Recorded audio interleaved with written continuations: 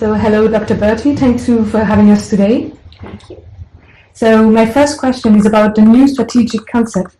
You have called it the first one of the post-Cold War era. So it definitely shows a change in the way the Allies see the world, a change of paradigm. The Euro-Atlantic area is no longer at peace.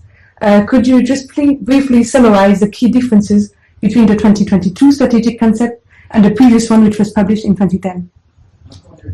Absolutely. So thank you for your question. I think that's a really good place to start. So in 2010, the strategic concept said the Euro-Atlantic area is at peace, as you mentioned. It talked about the risk of conventional conflict being very low. And because of that, it said, of course, we're going to have threats and challenges to our security, but those threats and challenges are more likely to be asymmetric. They're more likely to come from outside of the area of responsibility. And of course, the focus was really on strengthening our ability to do crisis management, especially at strategic distance. And then, of course, that strategic concept also talked about the aspiration of building a strategic partnership with Russia. It did not mention China with a single word. And it did talk about environmental security, but really did not fully take into account the impact of climate change on security. So these are some of the differences. If I fast forward to 2022, I can really flip the story. In 2022, we're saying, well, the Euro-Atlantic area is not at peace because it's a fact. We are in a very complex security environment. There's more instability, more fragility, and more strategic competition. So we have to prepare, be ready for that. So that's a very different tone from 2010. It says, because of that, we really have to boost our ability to do collective defense. We have to bolster our deterrence and defense. And that's, again, something that, yes, was mentioned in 2010, but not as prominently.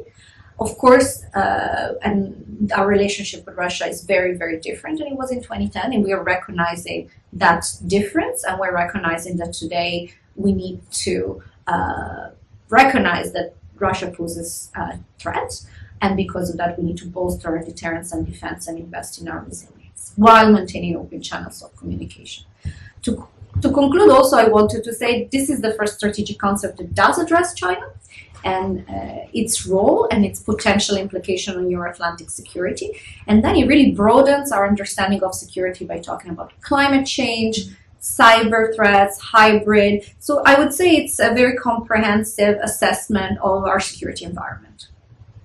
Okay, thank you. So I would like to talk a bit more about Russia, which was in this 2022 strategic concept named the most significant and direct threat to Allied security and to peace and stability in the Euro-Atlantic area. So clearly the war in Ukraine has been a wake-up call on Russia for allies. Russia is no longer seen as a potential partner. I was wondering, is NATO ready to pay the price in terms of industrial capabilities and casualties to wage a high-intensity war should Article 5 be triggered, and also what has NATO basically has done to boost its deterrence power? So I would say that the real wake-up call in terms of our military assumptions and planning came for the alliance in 2014. Mm-hmm. When Russia illegally and illegitimately invaded Crimea, that triggered the beginning of a transformation of our defense and deterrence posture. And really, it was about rebuilding, resetting ourselves to do deterrence and defense credibly, sustainably, and in light of a more complex security environment. So I placed the beginning of the transformation back then, and I think it's important to put it in 2014, because had we not done that homework between 2014 and 2022, we wouldn't really have been able to react so quickly after Putin began this war of aggression against Ukraine in February. After 2014, we strengthened our deterrence and defense. We created 4 new battle groups in the Baltic countries and Poland to really signal strong deterrence and defense. But after February, what we have done is really take this forward. First of all, by increasing our presence, by bolstering presence in the air, at land, at sea, also by thickening our flank and adding 4 more battle groups. So now to really strengthen defense and deterrence on the eastern flank. So now it goes from the Baltic Sea, from the Baltic countries to Poland, to Slovakia, Hungary, Romania, and Bulgaria. So we have eight of them. On top of that, of course, we have also taken very important decisions that we are implementing now at the summit in Madrid about setting a new baseline. So when you look at the future and what we're doing to strengthen our deterrence and defense, you see bolstered presence, more pre-deployed equipment, more pre-position capabilities, strengthen air and missile defense, a new force model that really increases the readiness of our troops in a case of reinforcement. So when you put all this together, I would say you have a quantum leap in terms of our ability to do deterrence and defense credibly. Okay, I'd like to discuss a bit more on NATO enlargement. Clearly, NATO enlargement was seen as many as a pretext for President Putin to start his imperial war against Ukraine, and this has somehow been emphasized by Russia's mildish reaction to Sweden and Finland's decision to join the alliance. Ukraine has again asked to join after President Putin illegally annexed 4 regions of its territory. So does NATO see a future in which Ukraine is a part of the alliance, and are leaders preparing for this prospect? I think when it comes to NATO's open door policy, which is what we're talking about here, I think it's important to stress that that policy has been reaffirmed quite strongly in the NATO strategic concept agreed at the Madrid summit in June. So if I start with that, I can tell you that in terms of policy, there is a great consistency. NATO's door remains open to European democracy that are capable and willing to contribute to the alliance. The alliance believes that in that right of every country to freely choose their alliances, to freely conduct their foreign policy. That right is really key to a stable, prosperous, peaceful Euro-Atlantic and really global security order. So the message here is that NATO's door remains open, that the decisions that the alliance took on Georgia and Ukraine in 2008 remain valid. So yes, in the future, that was the decision. Georgia and Ukraine will become members of NATO. Of course, the decisions of membership, as you know very well, they are political, they are taken by consensus. And that's the way all membership decisions are and will be taken going forward. I think it's important also to say that today our focus, and I think that's the right focus, is really on supporting Ukraine, supporting its right to self-defense, to support it to withstand this brutal war of aggression. And the Secretary General has been saying this, I think, very, very clearly. We want to be able, between NATO and the allies, to support Ukraine for as long as it takes. So our focus today is on that, but also looking at the long-term recovery and reconstruction needs, and at the long-term ability of NATO to support Ukraine's and its armed forces.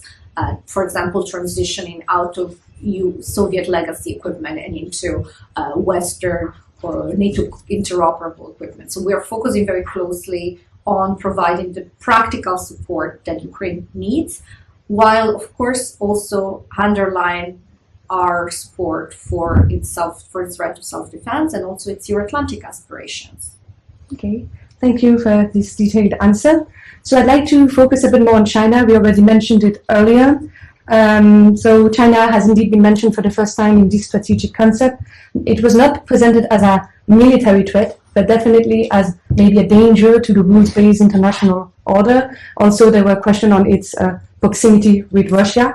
So, but however, China is not in the traditional Euro-Atlantic focus, which has traditionally been on Russia as a potential threat. So how will this new focus on China be put in practice operationally, because it's something new? The focus on China, as you say, is relatively new for NATO. The discussions have been going on for a few years, but I think this is the first NATO strategic concept that really openly addresses the issue. And you're absolutely right in your summary of what we're saying. China is not presented as a military threat or a direct adversary. At the same time, the alliance is saying Chinese coercive policies and stated ambitions on the global scene do pose a potential challenge to our security, to our democracy, to our values. And therefore, we want to look at the systemic challenges posed by China to Euro-Atlantic security. That means that does not mean NATO is going to China. That means that there's a lot of investments, policies that from China that do directly affect our security. So we have to be thinking about them and understand the impact and then prepare accordingly. So operationally, as you say, the strategic concept really gives the guidance on how to do that. First, it's about building more situational awareness, and that's what we're doing here at NATO, exchanging intelligence, exchanging information, so that allies have a convergent view of what is happening and how it impacts our security. Then a second pillar is about how we prepare and strengthen our resilience, which is really one of the key themes in this strategic concept. And then, of course, there's also how do we work both with allies but also with partners, including in the Indo-Pacific, to really strengthen the rules-based international order, because that's something that is in all our interests and also in the interest of international peace and stability. Okay, the 2022 strategic concept is wide-ranging and very ambitious. It mentioned China and Russia, as we just discussed, but also climate change, cybersecurity, terrorism, of course, asymmetric threats. So clearly in this new strategic concept, resilience is the key. I was wondering, how could NATO cooperate with the EU in areas where the EU has more experience to achieve its objectives? I agree with you that the strategic concept really talks about resilience and gives it a lot of importance. And that's because we recognize that we are in a time of strategic competition where a potential adversary really are using military and non-military means, from economic coercion to energy blackmail to disinformation, and all of these affect our security. So it's really important that we think about maintaining a credible military strength, but it's also incredibly important that we have a resilient critical infrastructure, digital and physical, but also that we think about the resilience of our societies, our democratic institutions.